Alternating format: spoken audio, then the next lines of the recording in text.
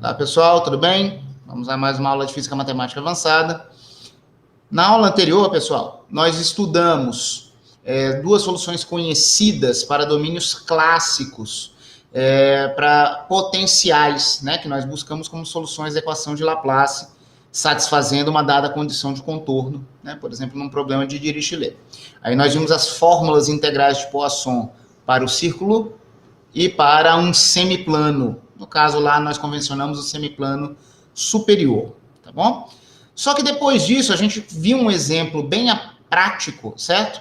De como transformar domínios. Então, nós temos que ter uma função que nos leva de um domínio para outro. Eu comentei que nós precisamos pensar no procedimento inverso também. A ideia é que nós tenhamos um problema difícil, podemos associar a ele um problema auxiliar que seria mais fácil, que teria uma geometria mais fácil, que teria uma solução conhecida, e a gente consegue mapear de volta essas soluções. Tá? Só que eu fiz esse exemplo sem justificar essas afirmativas. O tema dessa aula curta aqui de hoje é eu tentar justificar isso e, principalmente, abstrair, em geral, qual foi o procedimento realizado. Porque só quando a gente tem essa abstração que a gente percebe como que a gente vai trabalhar em qualquer outro problema, ao invés de nos perdermos na particularidade daquele exemplo específico. Tá bom? Então, a pergunta que eu coloco aqui é: sob quais condições o procedimento ilustrado nesse último exemplo, que foi da aula anterior, pode ser aplicado em geral? Tá? Então, se vocês não tiverem esse exemplo em mente, vocês não sabem nem do que eu estou falando, tá? Mas foi o último conteúdo que a gente viu na última aula. Tá? Então, eu coloco aqui, ó. Antes de mais nada, note, repare, né, qual é a formulação abstrata, geral do problema. Então, o que a gente quer fazer? Nós desejamos resolver um problema de valor de contorno, certo? Em duas dimensões, no plano. Por isso que a gente está usando métodos de funções analíticas. Digamos que seja um problema de Dirichlet, certo? Em que nós queremos impor no contorno ou fronteira do nosso domínio uma dada função. Normalmente, a gente exige que essa função aqui seja, por exemplo, contínua por partes, certo? A gente usou, por exemplo, essa condição na aula passada. Então, é uma condição de contorno, tá? Na fronteira, para a nossa função. Por quê? Porque se nós não impuséssemos isso, em princípio, nós poderíamos ter infinitas soluções para uma EDP. Equações diferenciais, em geral, requerem condições adicionais para que a gente pense em unicidade de soluções, tá bom? Então, nós buscamos uma função em algum domínio do plano. O plano a gente acaba identificando com os complexos. A gente sabe que essa nossa função potencial, ela será ou a parte imaginária ou, mais usualmente, a parte real de uma função analítica. Tudo bem? Ela é uma função de R2 nos reais, mas ela é tipicamente a parte real de uma função analítica. Essa é a nossa conexão. Então, queremos satisfazer a Laplace. Tá bom? Esse é o nosso desejo. Só que nem sempre isso é possível. Por exemplo, diversos métodos de separação de variáveis, depende da dimensionalidade. Tudo bem, aqui a gente está só em R2. Mas depende do formato desse domínio. Tá bom? Depende do formato desse domínio.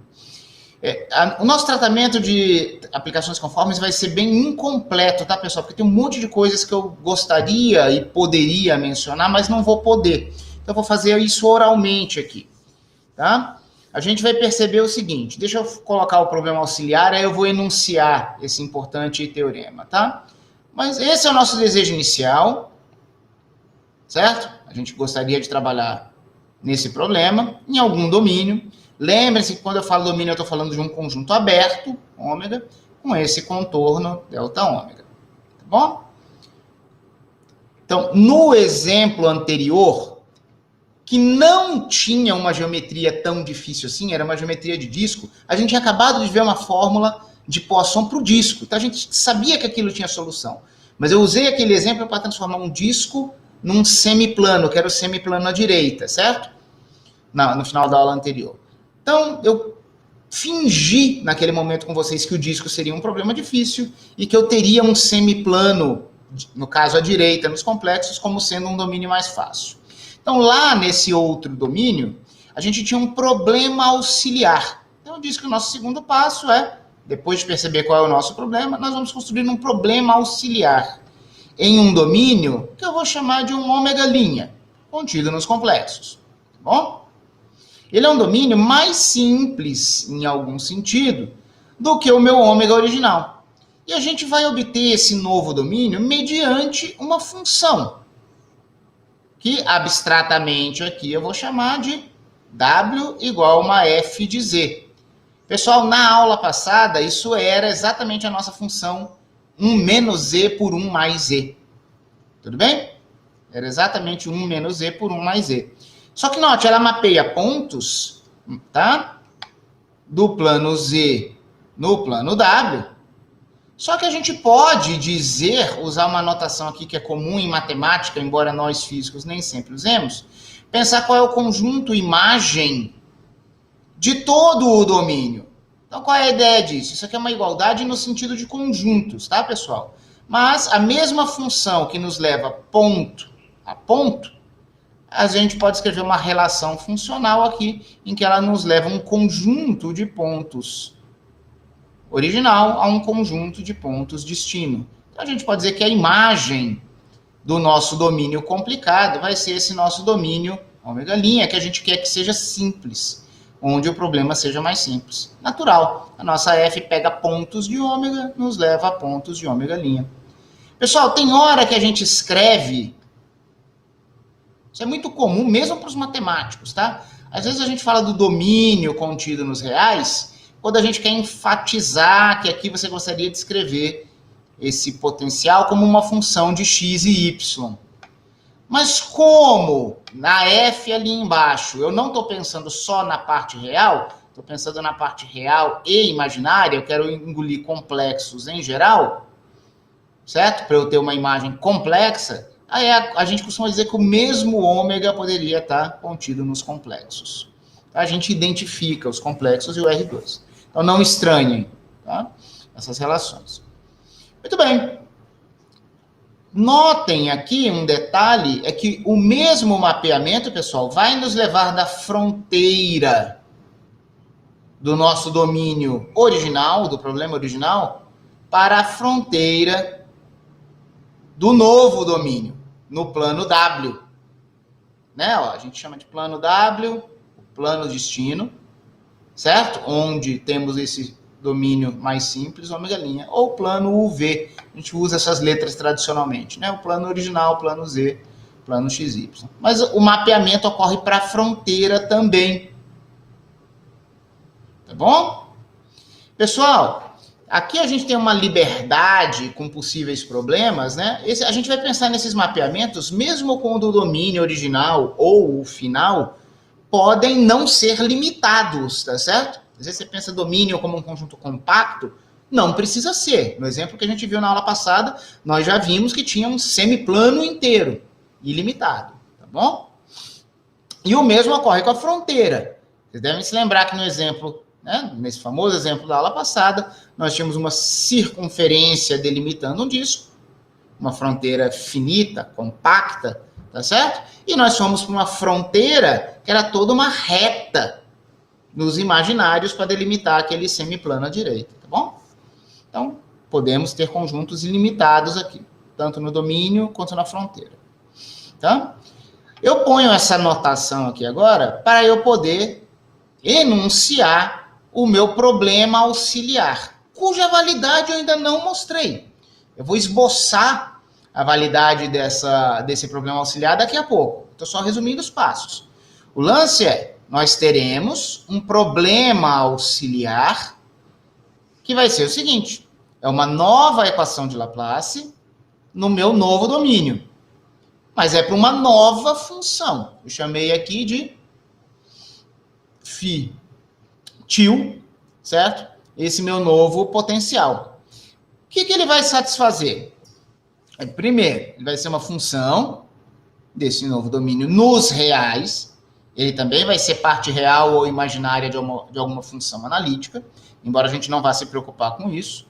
A gente só vai se preocupar com a função analítica que nos conecta, o φ com o φ til, tá bom? Nós não vamos estar preocupados neste problema em ver o φ como uma parte real de uma função analítica e nem o φ como parte de uma outra função analítica.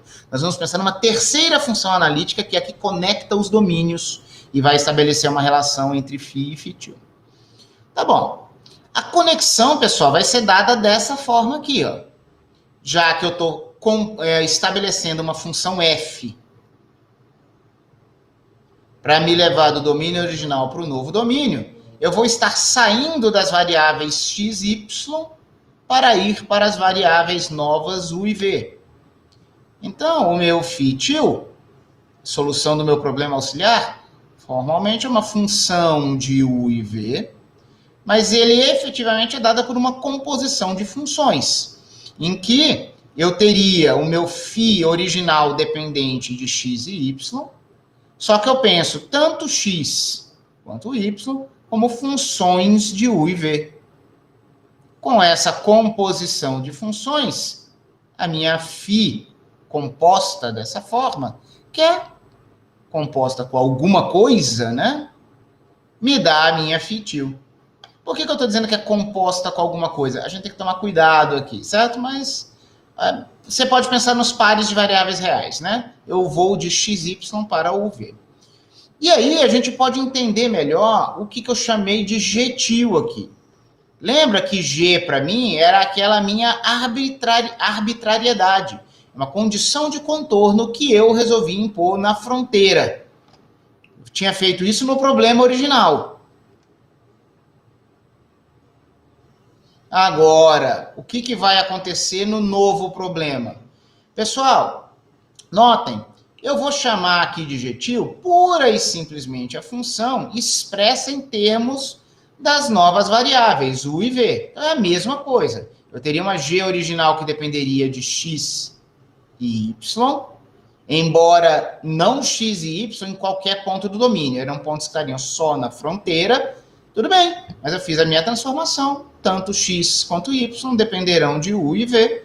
Formalmente, nós teríamos uma nova função nessas duas novas variáveis aqui. Tá bom?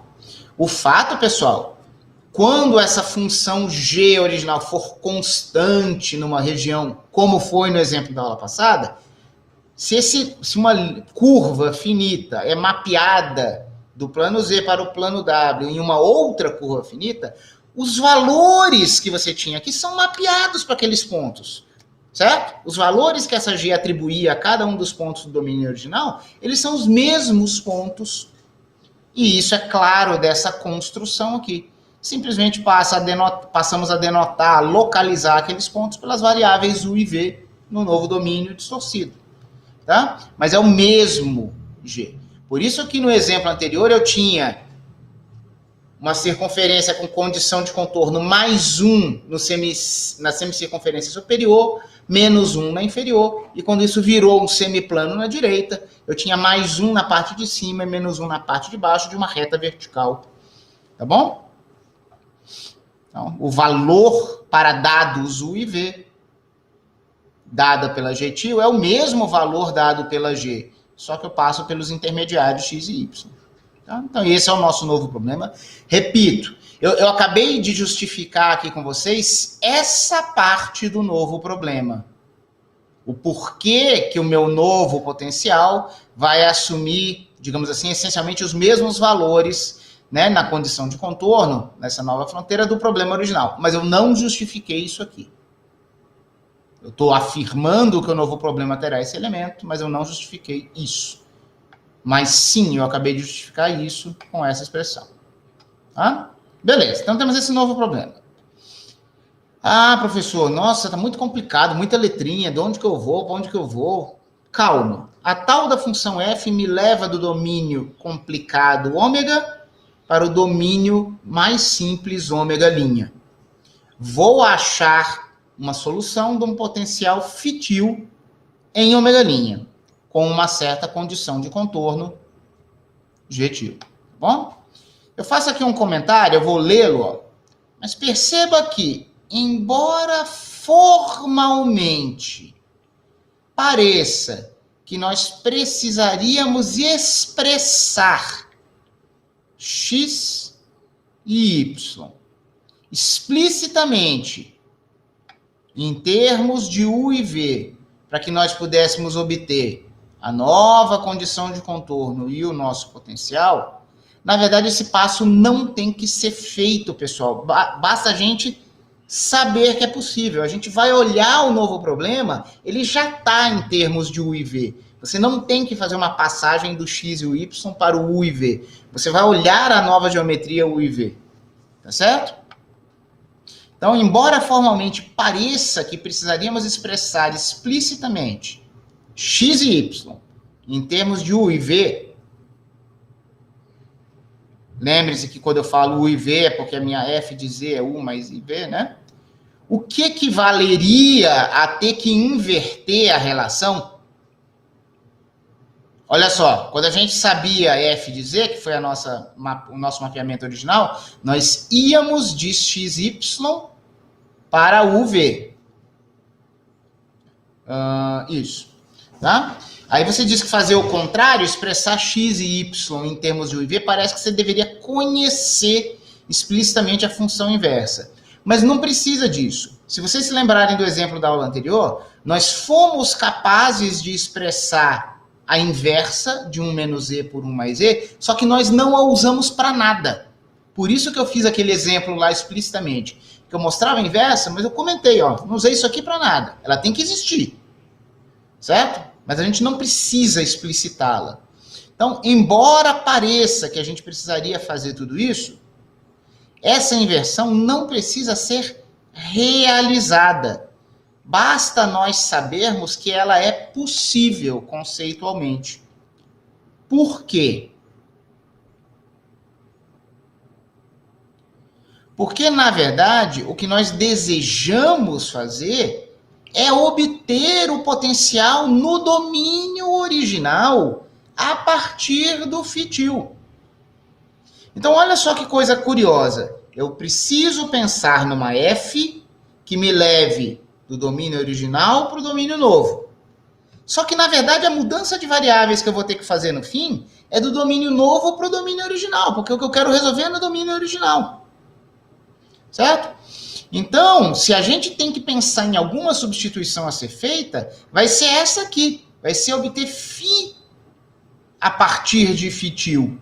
E não o contrário. Eu quero achar o φ no meu domínio original. E, portanto, o que a gente tem que fazer é achar u e v em termos de x e y, e não o contrário. Só que isso já foi dado. Quando eu pensei na minha f de z, já estão o u e o v explicitados lá. A minha f de z é u mais iv. Tudo bem? Então, é importante conceitualmente que a inversa exista. A gente vai ver condições para isso. Só que nós não precisaremos explicitar a inversa. Porque a mudança de variáveis que a gente vai precisar para resolver um problema é a da direta. Tá bom? E foi exatamente isso que aconteceu na aula passada. Tá bom? Foi exatamente isso que aconteceu na aula passada. Eu vou até abrir aqui a nota de aula passada. Deixa eu maximizar aqui um pouquinho a visualização. Para vocês verem algo explícito. Ó. Na aula passada, a nossa função era essa. Aí, eu acho que eu tinha falado 1 menos e por 1 mais e, tá, pessoal? Quando eu falei aqui, eu falei o contrário. Na verdade, era 1 mais e por 1 menos e. A inversa era essa aqui, só que a gente não precisou usar isso aqui para nada. Eu argumentei com vocês lá na aula passada que nós chegávamos a essa expressão aqui, para o nosso potencial fitil, como função de u e v, né? E é o nosso w, que é igual a f de z, u mais iv. E o que a gente fazia, na verdade, ó, era achar o nosso potencial original, pegando esse potencial na nova geometria e voltando para a geometria original. Então, quem aparece aqui para a gente substituir é a função de ida. Tá bom? Aquilo lá é uma manifestação concreta do que eu estou representando aqui. Tá? Então, eu afirmo aqui para vocês. Então, na verdade, o que a gente precisaria é termos U e V expressos em termos de x e y, e não o contrário. Isso já foi dado diretamente quando a gente achou a nossa aplicação, que nós chamaríamos de uma aplicação conforme. Ela já me dava U e V em termos de x e y, quando eu dou qualquer forma explícita f de z. No caso do exemplo da aula passada, minha f de z era 1 mais e por 1 menos e. Tá? Vamos lá. Pessoal, então olha só. Eu disse que eu vou ter um problema auxiliar, uma nova função, que satisfaz Laplace e satisfaz uma condição de contorno. Condição de contorno, a gente mapeia os números para a nova fronteira. Tá bom?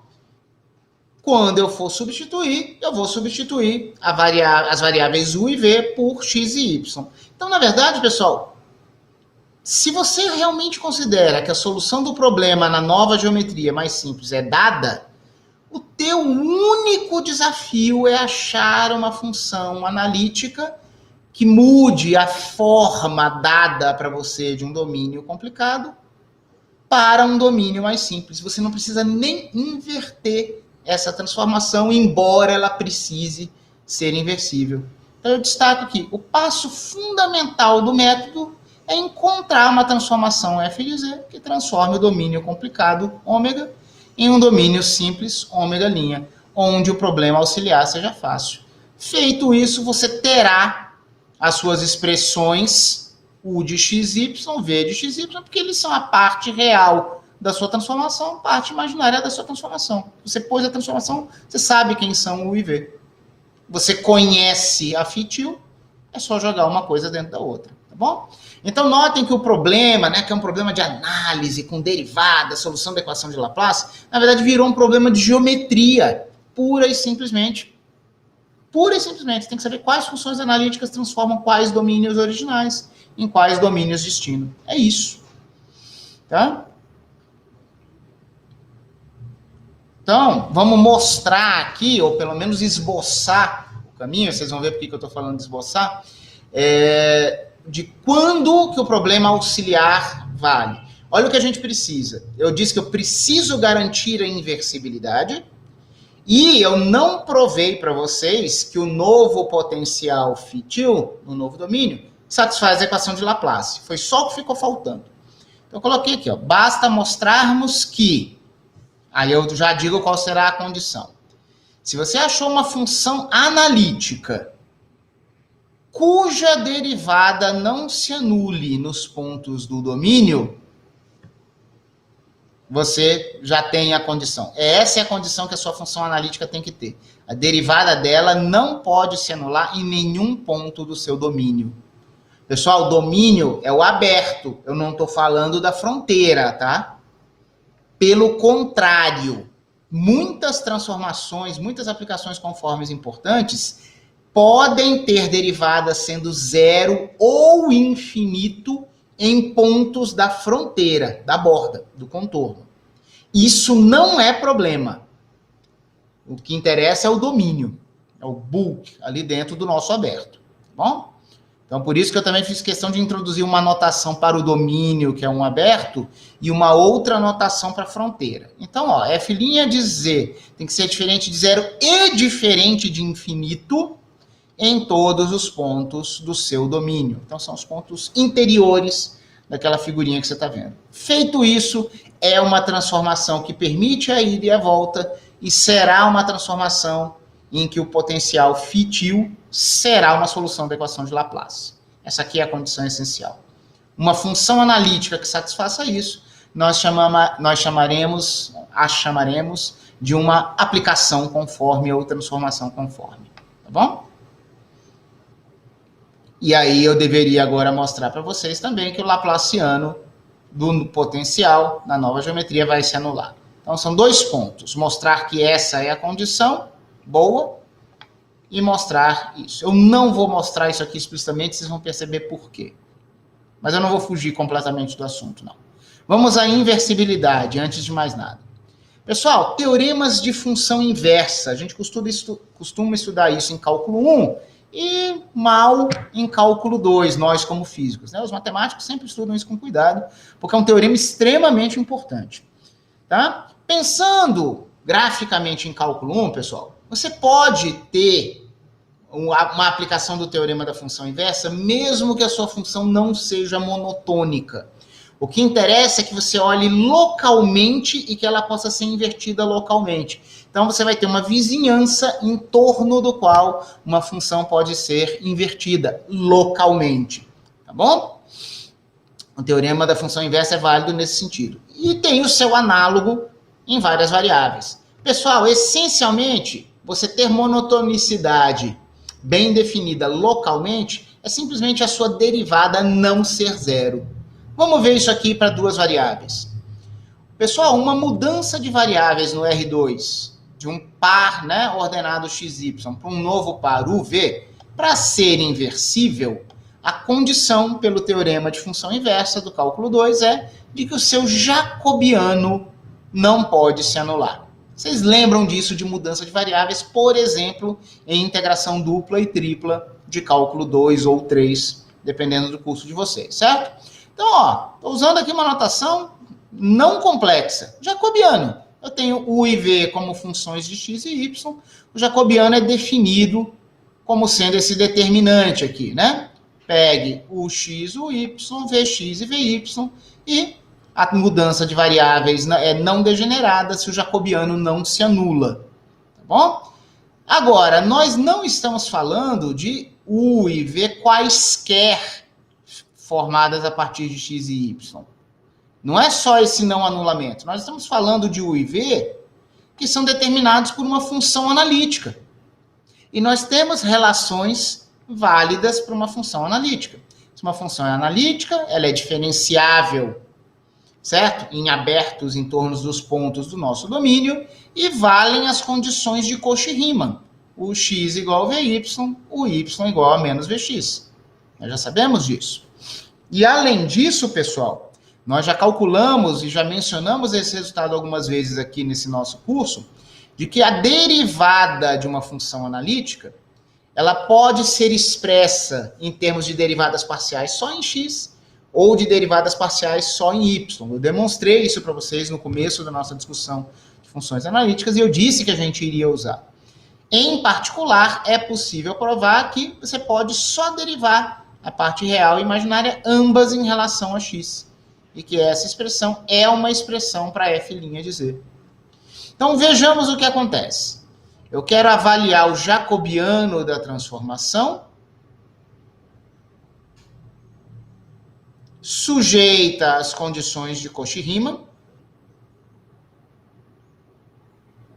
e sabendo que ux mais ivx é a derivada da função f, u mais iv. Então, vejamos, está aqui o jacobiano. Com as condições de Cauchy-Riemann, eu vou trocar todas as derivadas parciais em relação a y por derivadas em relação a x. Então, o y é menos vx, vy é ux. A primeira coluna eu deixo inalterada, porque eu estou querendo deixar derivadas parciais só em relação a x. Quadrado de ux, com o sinal menos do determinante, mais quadrado de Vx. Só que quadrado de ux mais quadrado de Vx é o quadrado do módulo deste número complexo, que é f' de z. Então, o jacobiano dessa nossa transformação, ele é quadrado do módulo de f' de z. Isso aqui é um número real, não negativo, e só se anula se f' de z for exatamente zero. Então, para que eu tenha inversibilidade, basta que minha derivada nunca se anule. Tudo bem?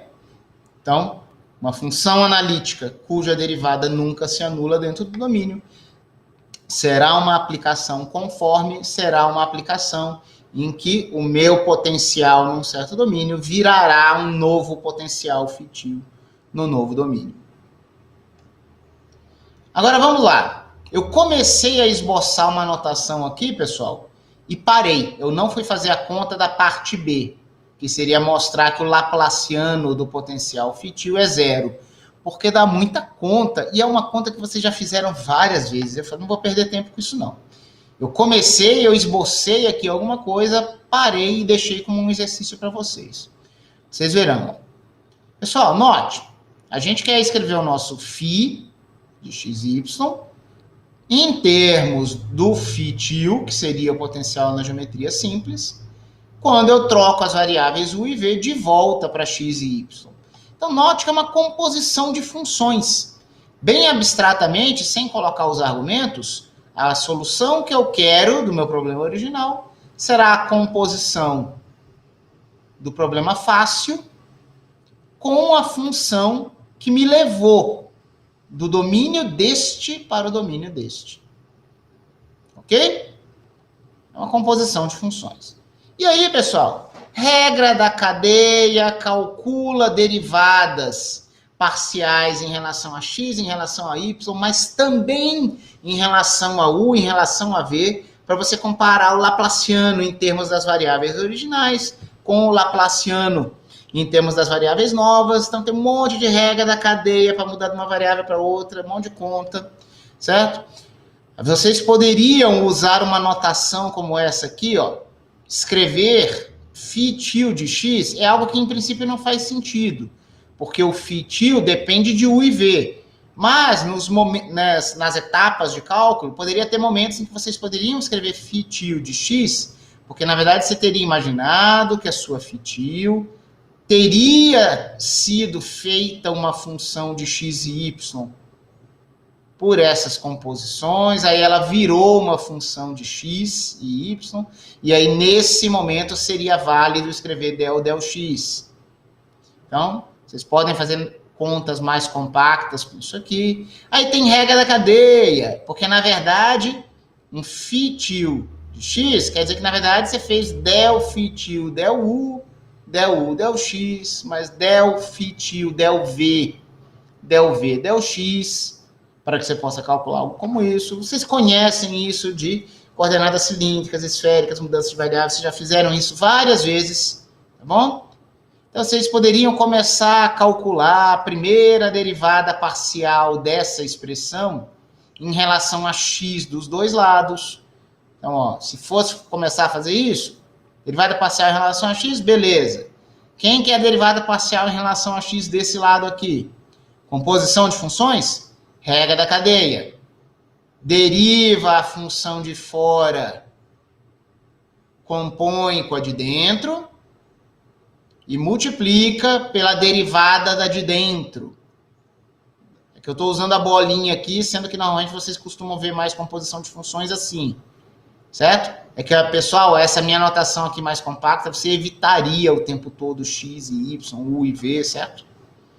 Então, se eu fosse fazer a conta toda, eu começaria a fazer assim. Ó. Isso aqui foi a aplicação da regra da cadeia para calcular del x dos dois lados dessa equação.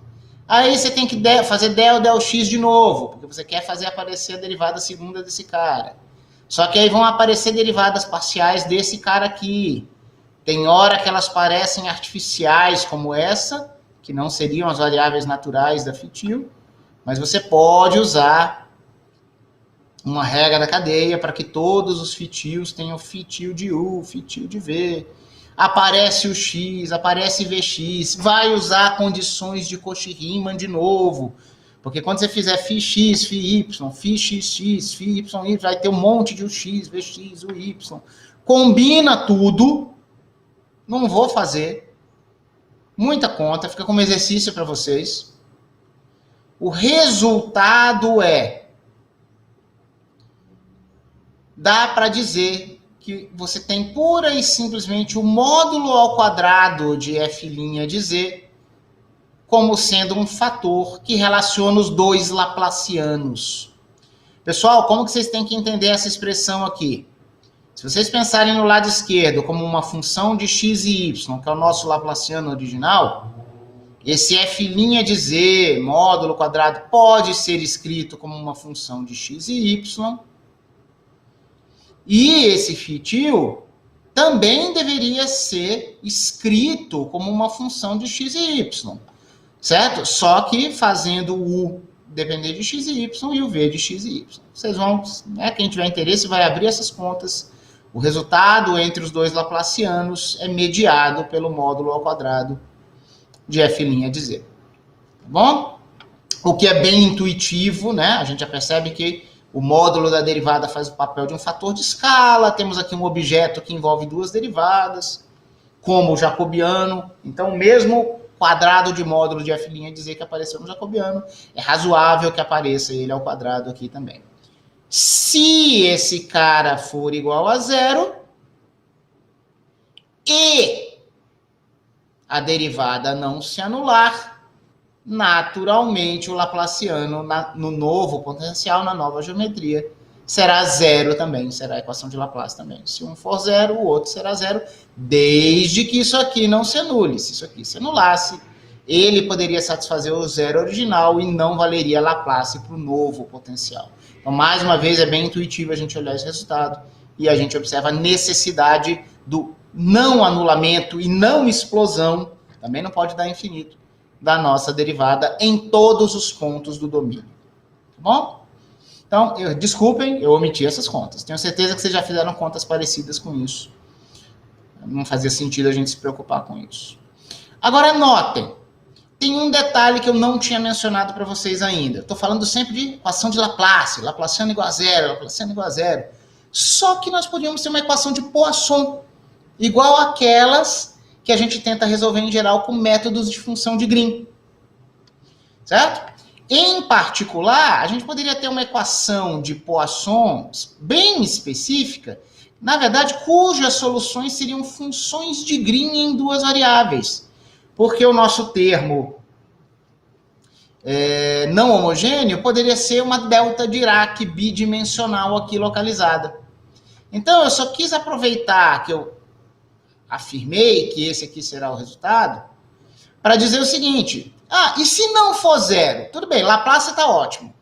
Minha derivada não se anula, então quando esse Laplaciano for zero, esse Laplaciano será zero também. Maravilha! Mas e quando eu não quiser que seja zero? Se eu quiser resolver uma equação do tipo Poisson, ou em particular uma equação para função de Green associada. Eu até poderia ter trocado esse φ aqui por uma Green, tá? Porque dá uma delta. Aqui. Nesse caso, pessoal, como não se anula, esse lado aqui é transformado, não é zero.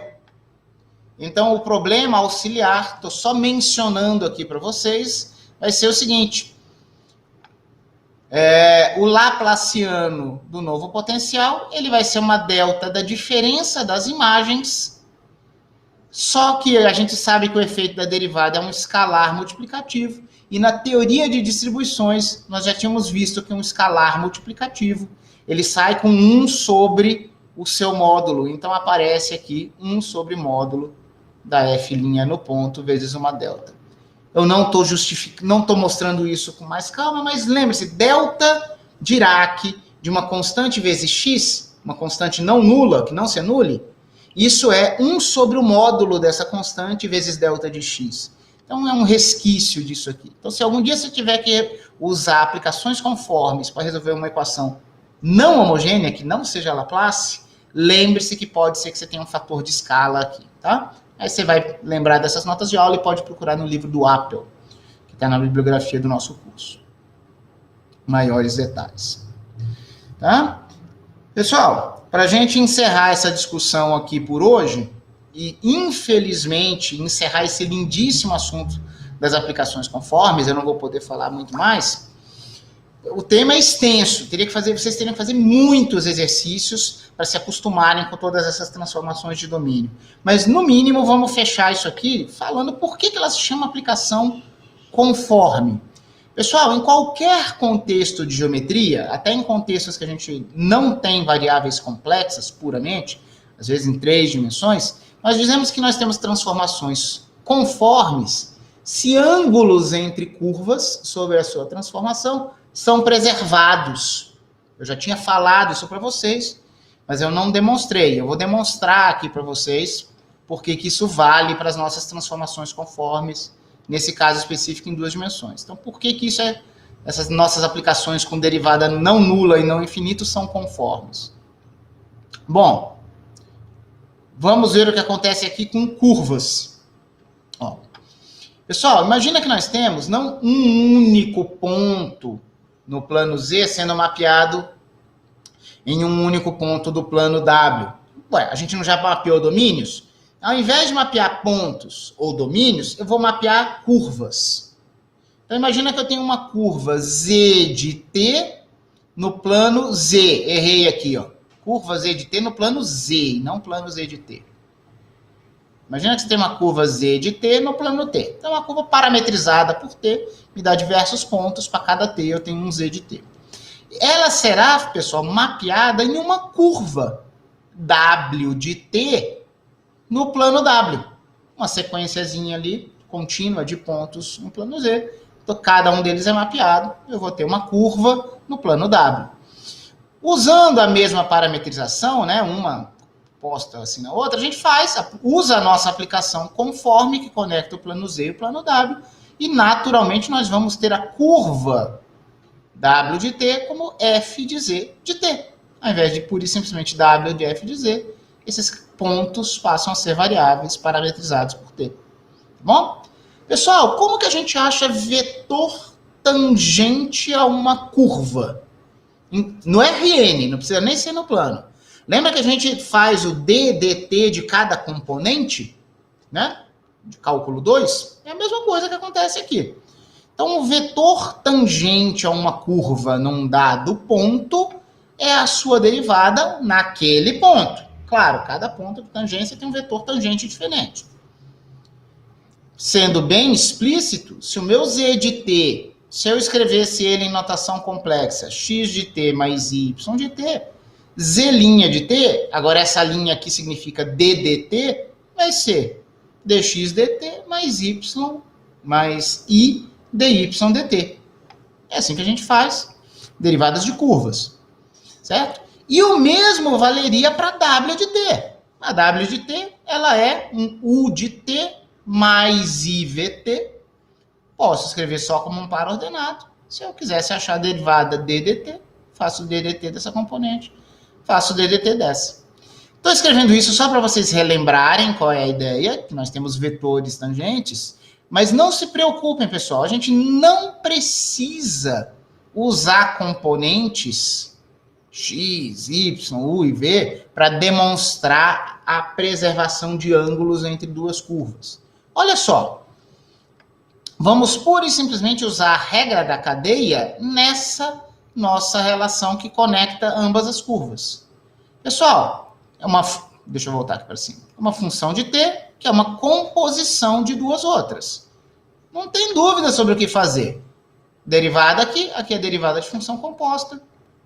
W' de t é F' de z de t vezes Z' de t. Deriva de fora, mantém o argumento de dentro, vezes a derivada de dentro. Pessoal, mas sabe o que acontece aqui? Isso é um número complexo para um dado t. Olha explicitamente a forma dele aqui. Se você me der um t, isso é um número complexo. Pessoal, isso aqui também é um número complexo. A minha f me leva dos complexos nos complexos. A sua derivada também me leva dos complexos nos complexos. Para um dado complexo de entrada, eu vou ter um certo complexo de saída. Então, isso aqui é um produto de dois números complexos. Isso aqui é um produto de dois números complexos. Pessoal, e um número complexo, quando é multiplicado por outro, um deles pode ser tomado como fixo, de referência, e o outro poderia ser visto em forma polar, com uma amplitude e com uma fase. Todo número complexo, fora a origem, pode ser expresso, não na forma euclidiana, A mais IB, mas pode ser expresso como amplitude vezes exponencial de algum θ, não é isso? A gente sabe que o efeito da amplitude é um fator de escala, certo? De alongamento ou de contração, e que a fase gira a gente de um ângulo. Então, olha só, esse Z' de t para um t dado, ele é o vetor tangente num certo ponto do plano Z quando o parâmetro tem um valor fixo t. É um vetor, mas é um número complexo também. Se ele for multiplicado por um dado número complexo com uma certa amplitude, com uma certa fase, a fase deste cara receberá adicionalmente a fase deste fator. Isso vai me dar um vetor no plano W com uma fase adicional. A fase desse cara é a fase do meu vetor tangente no plano Z original, adicionada da fase que depende da derivada da minha aplicação no ponto. Depende de Z de T, mas não depende de Z' de T. Eu sei que o meu vetor Z' está aplicado no ponto Z de T. Mas a fase adicionada à fase desse vetor tangente só depende de onde ele estava aplicado, mas não da sua orientação. Eu vou fazer um desenho para isso melhorar, tá? Mas essa é a observação fundamental. A variação da inclinação do vetor Z' é o argumento, a fase deste número complexo f' de ZT. E essa fase não depende da orientação inicial desse cara. Então, podia ser qualquer orientação. Em particular, duas diferentes curvas, uma delas vai sofrer essa fase e outra alternativa sofreria a mesma variância de fase. Então, está aqui a ideia. Você tem duas curvas com certos vetores tangentes no plano Z.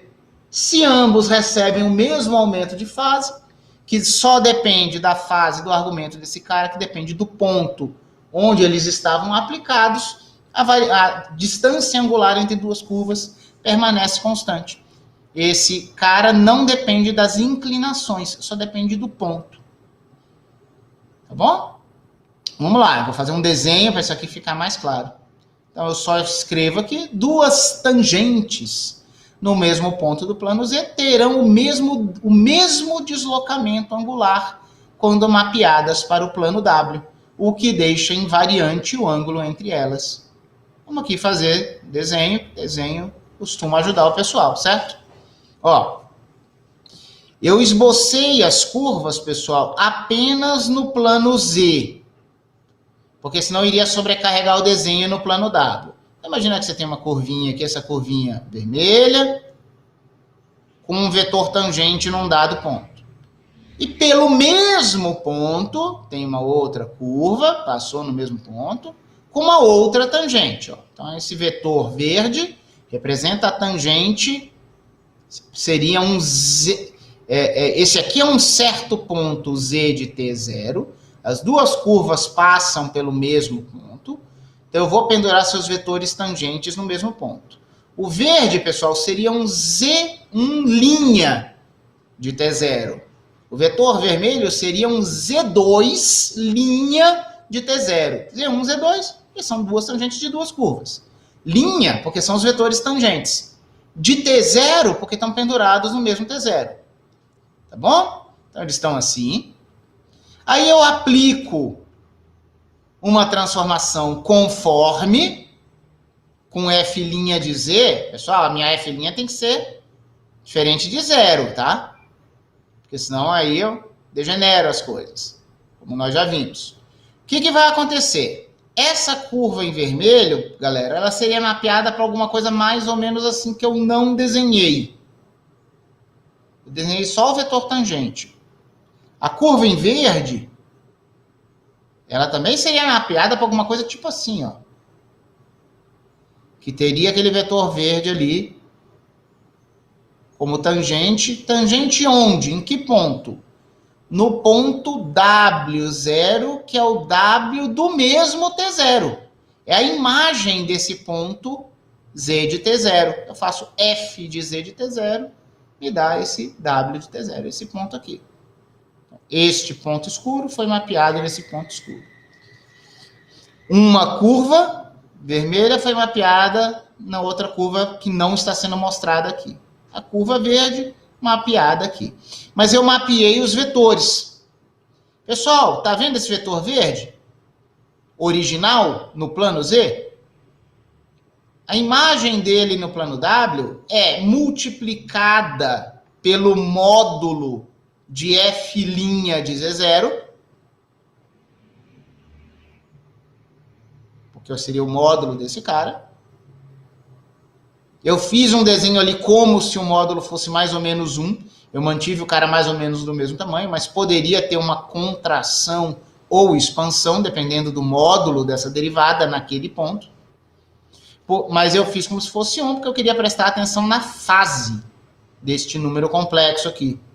Então, digamos, pessoal, ó, eu marquei aqui um resquício da direção original. A ideia deste pontilhado aqui é como se ele apontasse mais ou menos na direção original do meu verde no plano Z. Eu não posso mais desenhar esse cara aqui, porque agora eu estou no plano W. Mas é um resquício, é como se ele tivesse sido girado por um ângulo que eu chamei de θ, que é a fase ou o argumento da minha derivada neste ponto. Então, o verde original estaria aqui e ele teria sido girado para chegar aqui.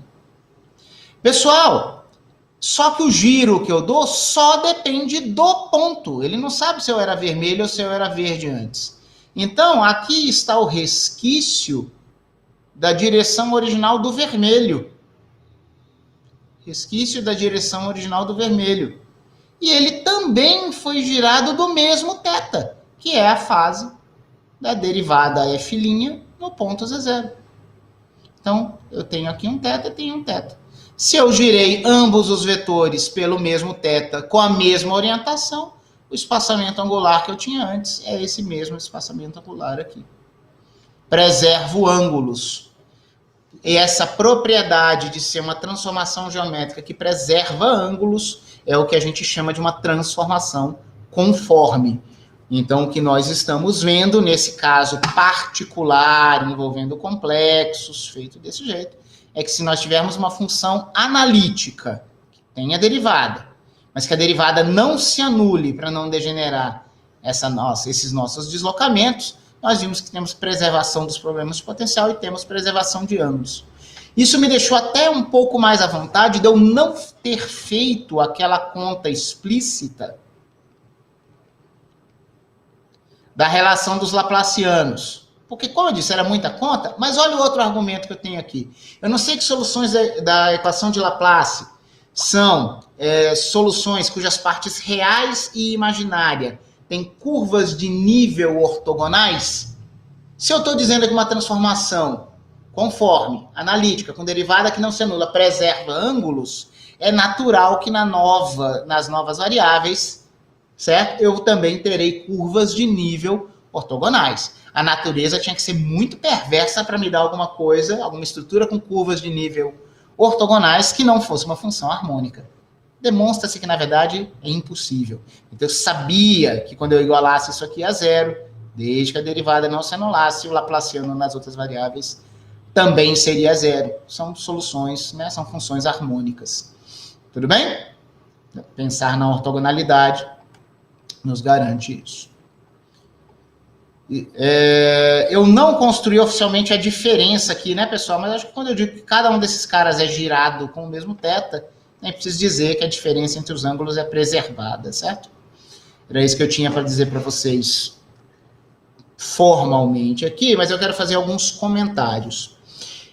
Antes de encerrar a gravação. Esse assunto é lindíssimo, riquíssimo.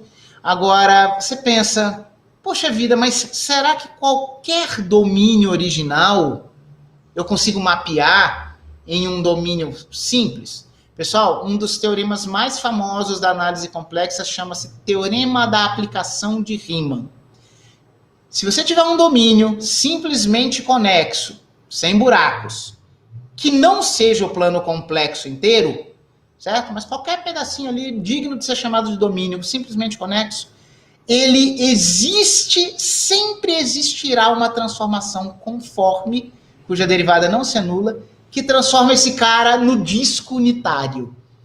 Os matemáticos sempre pensam no disco unitário para você sempre ter o mesmo destino, e ele é um problema solúvel, porque lá a gente tem uma fórmula integral de Poisson do círculo, certo? Então, um teorema lindíssimo, que eu não vou demonstrar para vocês, eu não sei demonstrar, precisaria estudar em plena generalidade, certo? O teorema da aplicação de Riemann diz que qualquer domínio simplesmente conexo, que não seja o plano complexo inteiro, é mapeável no disco unitário.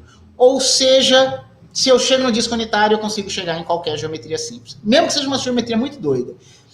O detalhe é que esse teorema não é construtivo. Ele não te diz qual é ou como achar a transformação que leve um domínio arbitrário no disco unitário para que você pudesse usar a fórmula integral de Poisson. Então, esse assunto é lindíssimo, dá para resolver um monte de problemas de potencial com isso, inclusive, né, com aplicações físicas, só que a receita para trabalhar isso é conhecer um monte de geometrias, ter estudado vários casos. Eu vou passar alguns desses problemas, uma pequena amostra na prova para vocês, na lista de exercícios estendida, mas quem quiser aprender isso aí de verdade, tem capítulos inteiros dedicados a transformações conformes em livros de variáveis complexas, entre os quais aqueles que eu indico na bibliografia do curso. Você procura lá o capítulo e só assim realmente você vai ter um domínio firme disso. Então, infelizmente, eu vou ter que encerrar aqui de uma forma bem incompleta o tratamento de aplicações conformes. Agora sim, era o que eu tinha para dizer para vocês hoje. Só peço que vocês aguardem o fim da gravação.